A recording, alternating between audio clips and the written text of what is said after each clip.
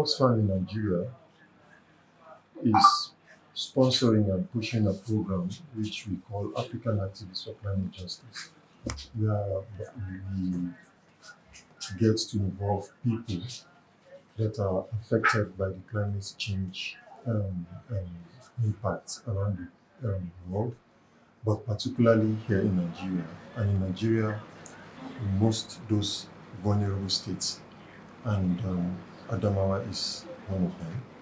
So the whole idea of this project is to see how we can bring voices of people that have been affected by this impact together, and also show them, teach them on how to fight for their rights, and just not them, the government, how to be more accountable and how to be more inclusive in their programming, in their activities. Presence, my colleague from the CSOs, media, money, or so that at least we can find solution to this problem. So as we are all aware, that 9 out of 10 people in Adamawa State has been affected with this climate change consequence, and that shows the gravity of the problem that we're facing in the state. So, and then we need an action. Otherwise, if we allow it to continue as a business, normal business, definitely we're going to find ourselves in serious environmental problems. So this is the right issue of climate is a global challenge, and a global challenge requires a global solution, and this global solution requires resilience, cooperation.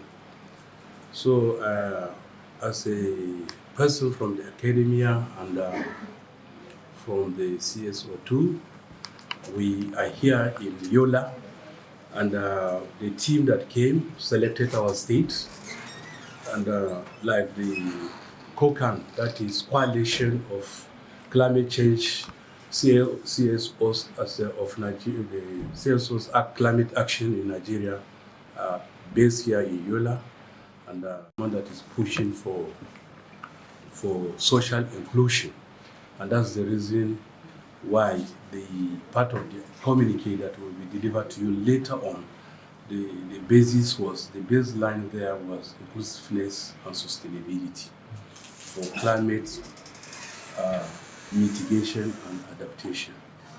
So, my name is Anna Latunji. I'm the project assistant for AACJ/Climate Justice in Oxfam. An emphasis on the adaptation and mitigation aspect, most especially the briquette making.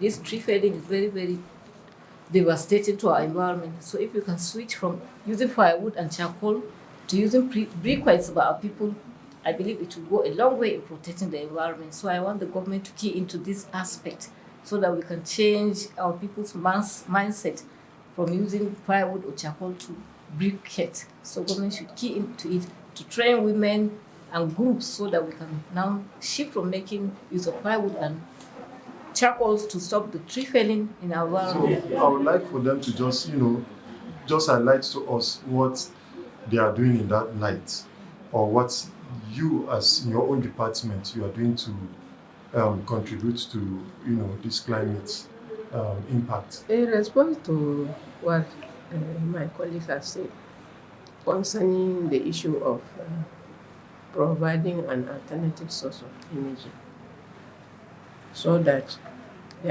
exploitation of our trees or environment or forests will be reduced in order to mitigate climate change or the problem of global warming. We do organize tree planting in order to reduce the effect of desertification and then climate change.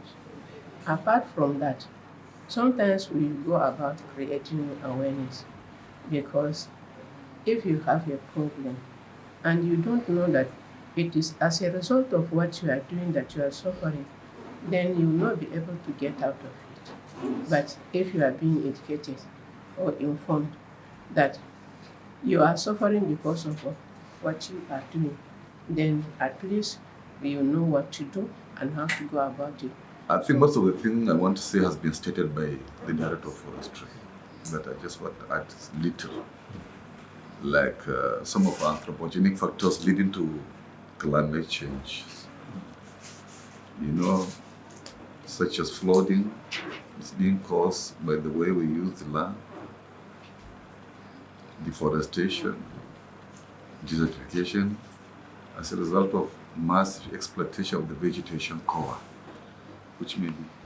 I also want to appreciate you for the workshop you organized, 2 days workshop, which some of our staff from the ministry here participated. And I want to tell you that one of the 11-point agenda of His Excellency, Right Honorable Ahmadu Umar Fintri, is environment. He has a lot of concern for it, and that is why the state has keyed into the project ACRISA. ACRISA stands for Agro-Climatic Resilience in Semi-Arid Landscape. It is taken off in the 19 northern states, which Adamawa State is part of it. And we have keyed into it, and it's all on issues of environment. And in this ministry, we partner with many NGOs and CSOs. We know about you, Oxfam. You have been in this state for long. You are like a mediating NGO between the people and the government. You have been doing well, and we appreciate that. I want to assure you that we are very much with you. We partner with you in all that you want to do in order to improve our environment. The director that spoke first, Director of Forestry, is like she said everything. Even if I want to talk further, I may just be repeating what she has said. So I want to thank you and let you know that we are very much with you and work together. Thank you very much. Thank you very much.